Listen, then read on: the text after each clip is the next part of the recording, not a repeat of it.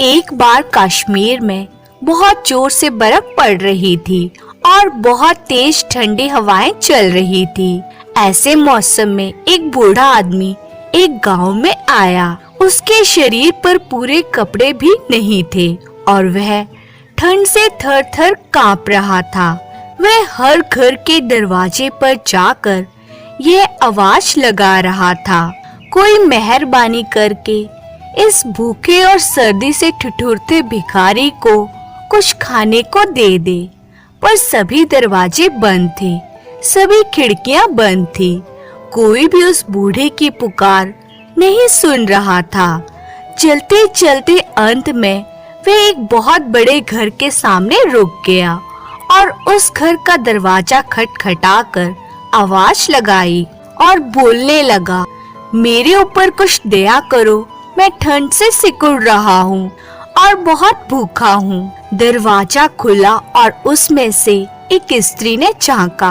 उस स्त्री का रंग गुलाबी था और वह किसी बड़े घर की दिखाई देती थी, पर उसकी शक्ल से लगता था कि वह अच्छे स्वभाव की नहीं है।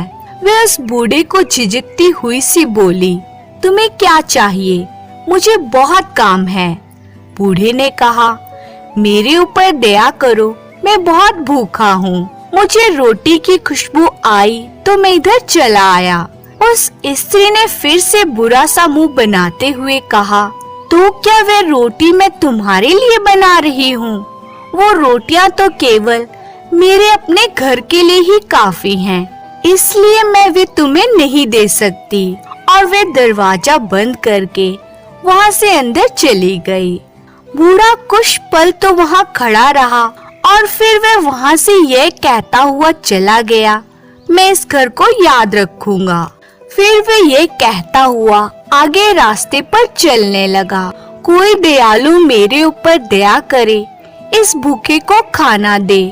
मैं सर्दी से ठिठुर रहा हूँ, पर ठंड बहुत थी, इसलिए सभी घरों के दरवाजे बंद थे, सभी खिड़कियां बंद थी। आखिर उसने एक झोपड़ी का दरवाजा खटखटाया। दरवाजा खुला और उसमें से एक स्त्री ने बाहर देखा। उस बूढ़े आदमी ने फटे कपड़े पहने हुए थे और उसके पैर भी नंगे थे, लेकिन वह स्त्री बहुत दयालु लग रही थी। जैसे ही उसने एक बूढ़े आदमी को ठंड से सिकुड़ते हुए देखा तो वह बोली, अरे तुम इस समय बाहर कैसे? आओ आओ, अंदर घर में आ जाओ और रसोई में बैठकर थोड़े गर्म हो लो, बाहर तो बहुत ठंड है। उसने उस अजनबी का हाथ पकड़ा और सहारा देकर उसे रसोई घर में ले गई। वहाँ उसके 3 बच्चे रात का खाना खाने के लिए बैठे हुए थे। उसने बच्चों से कहा, बच्चों, अजनबी को बैठने के लिए जगह दो। उसके तीनों बच्चे तुरंत उठे और उस बूढ़े को आग के पास बैठने की जगह दे दी। अब वह बूढ़ा अपने हाथ पांव गरम करने लगा, फिर बोला, मैं बहुत भूखा हूँ, मुझे रोटी की खुशबू आई तो मैं इधर चला आया। उस स्त्री ने एक लंबी सांस लेकर कहा, अफसोस, मेरे पास यही एक रोटी है। अगर ये रोटी खत्म हो गई तो हमारे घर में और कुछ खाने को नहीं है। बूढ़े आदमी ने फिर कहा, मैं बहुत भूखा हूँ, मैंने कल रात भी खाना नहीं खाया और ना सुबह का नाश्ता किया। वह स्त्री जोर से अपने बच्चों से बोली, बच्चों, तुम लोग सुन रहे हो ना? ये बूढ़ा हमसे भी ज्यादा भूखा है। हम लोगों ने कम से कम एक रोटी का टुकड़ा सुबह नाश्ते में खाया था, परंतु इस बेचारे ने तो कल रात से कुछ भी नहीं खाया। क्या मैं ये रोटी इसको दे दूं?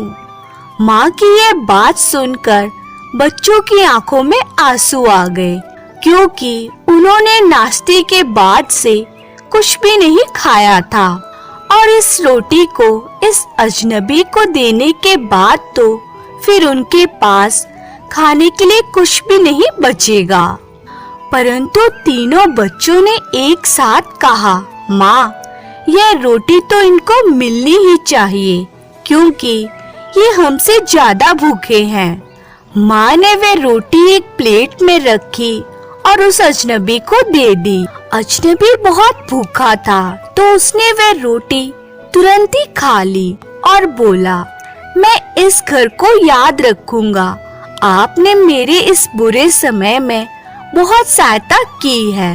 मैं किस प्रकार आपकी सहायता करूं? उस स्त्री ने जवाब दिया, मेरे लिए आप भगवान से प्रार्थना करें कि मुझे कल कहीं काम मिल जाए, क्योंकि जब तक मुझे कहीं काम नहीं मिलेगा मेरे बच्चों को रोटी नहीं मिलेगी। उस बूढ़े ने कहा, मैं अभी आपके लिए प्रार्थना करता हूँ कि आप कल सुबह जो भी काम शुरू करेंगी वह सारा दिन चलता रहेगा। इतना कहकर वह बूढ़ा उठा और दरवाजा खोलकर बाहर चला गया। अगली सुबह तीनों बच्चे जल्दी उठ गए और खाने के लिए कुछ मांगने लगे। उस स्त्री ने एक आह भरी और बोली, मेरे प्यारे बच्चों, तुम्हें मालूम है कि घर में जो कुछ भी था वह सब कल रात मैंने उस अजनबी को दे दिया था। अब तो घर में कुछ भी नहीं है, पर हाँ, मेरी टोकरी में एक लाल रंग का कपड़ा पड़ा है। उस कपड़े को बेचकर मैं कुछ खाना खरीद लाती हूँ। तीनों बच्चे एक साथ बोले, पर वह तो आपके नए कोट का कपड़ा है माँ, और आपके लिए इस ठंड में कोट बहुत जरूरी है। माँ बोली, कोई बात नहीं बच्चों, तुम चिंता ना करो। अभी तो तुम लोग नापने के लिए गज ले आओ ताकि ये पता चल सके कि वह कपड़ा कितना है। एक बच्चा उठा और कपड़ा और गज दोनों ले आया और उस स्त्री ने उस कपड़े को नापना शुरू किया। 1 गज, 2 गज, 3 गज, 4 गज। यह क्या? यह कपड़ा तो खत्म होने पर ही नहीं आ रहा है, और मुझे अच्छी तरह से याद है कि यह कपड़ा 3 गज से ज्यादा नहीं था। अभी कितना और है? 5, 6, 7, 8 गज। यह क्या हो रहा है? 9, 10, 11, 12 गज। हे भगवान, हम पर दया करो। यह कपड़ा तो खत्म ही नहीं हो रहा। 13, 14, 15 गज।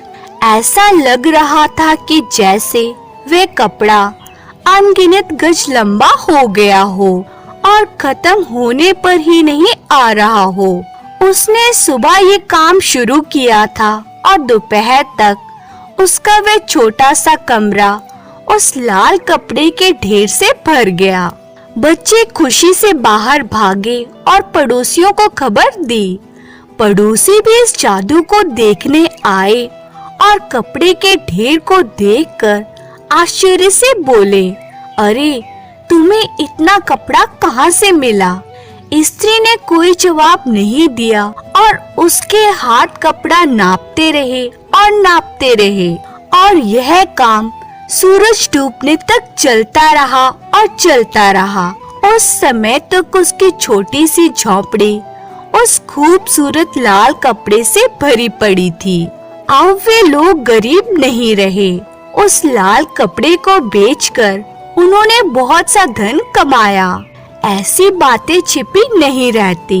ये खबर उस बुरे स्वभाव वाली स्त्री के पास भी पहुंची, जिसने उस बूढ़े को उस रात धुतकार कर भगा दिया था। उसने सोचा, ओह, लगता है वह बूढ़ा आदमी कोई जादूगर था। अगर मैं उसे उस दिन ना भगा देती तो वह मुझसे भी यही कहता कि कल सुबह तुम जो काम शुरू करोगी वे सारा दिन चलता रहेगा। अगर अब की बार वह इधर आया तो मैं उसे जितनी रोटी की जरूरत होगी उतनी दे दूंगी, और फिर मैं देखती हूँ कि इस गांव में सबसे अमीर कौन होता है। अब उसके घर के दरवाजे और खिड़कियाँ हमेशा खुली रहती और वह भी सड़क पर हर आने जाने वाले पर नजर रखती। ठंड अभी भी बहुत थी, पर धन के लोभ में वह अब अपने घर के दरवाजे खिड़कियां बंद ही नहीं करती थी। आखिरकार एक शाम को उसे उस बूढ़े की आवाज सुनाई दी, कोई दयालु है जो मेरे ऊपर दया करे, इस भूखे और सर्दी से ठिठुरते भिखारी को खाना दे। वह स्त्री तो इस मौके की ताक में ही बैठी थी कि कब वे भिखारी आए और कब वे उसको खाना खिलाए। तो जैसे ही उसने उस भिखारी की आवाज सुनी, उसने तुरंत ही उसको बुलाया और कहा, आओ आओ, अंदर आ जाओ, इसे अपना ही घर समझो। आप अंदर आकर बैठ जाओ और एक प्याला चाय का पीकर थोड़ा गर्म हो जाओ।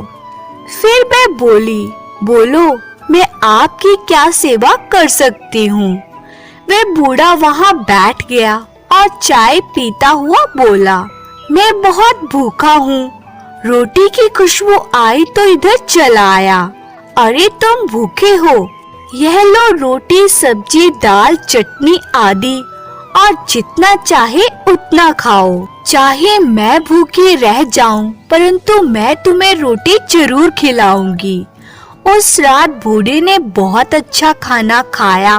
खाना खाकर वे बोला, बहुत बहुत धन्यवाद, अब मैं इस घर को याद रखूंगा। स्त्री ने उत्सुकता से कहा, और क्या?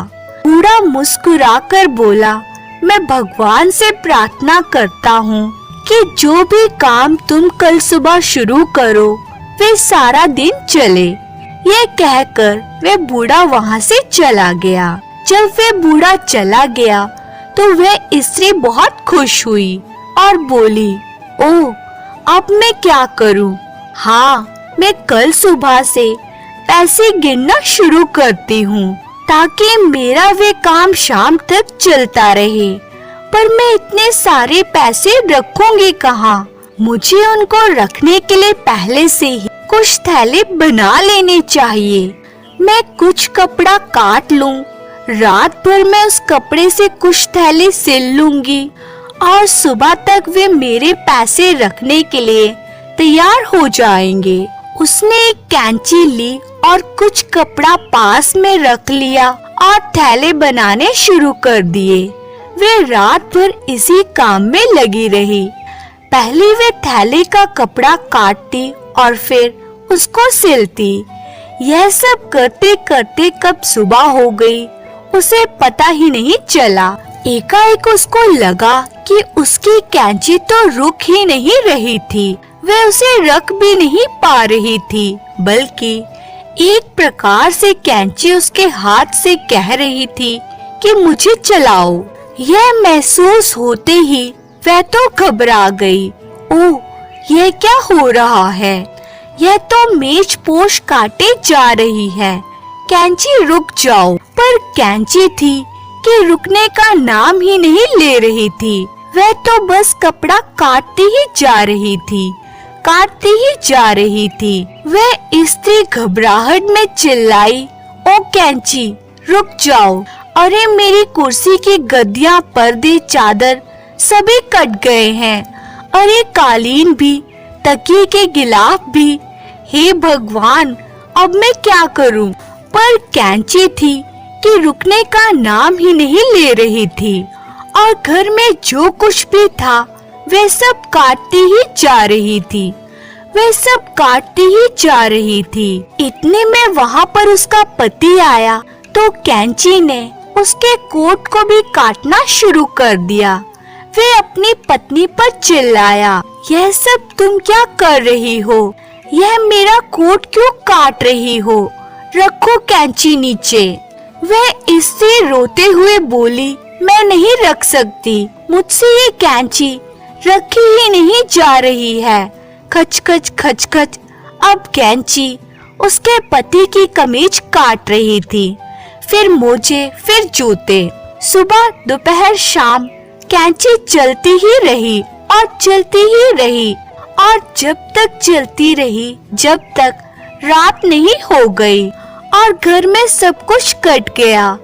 तब कहीं जाकर वे कैंची रुकी तो इस तरह उस बुरी औरत के लालच की वजह से उसे काफी नुकसान। हेलो दोस्तों, नमस्कार। आप लोग को हमारे चैनल में स्वागत है। अगर आप लोग को हमारा कहानी अच्छा लगा हो तो लाइक सब्सक्राइब जरूर करें, साथ में कमेंट करें और शेयर भी करें। धन्यवाद।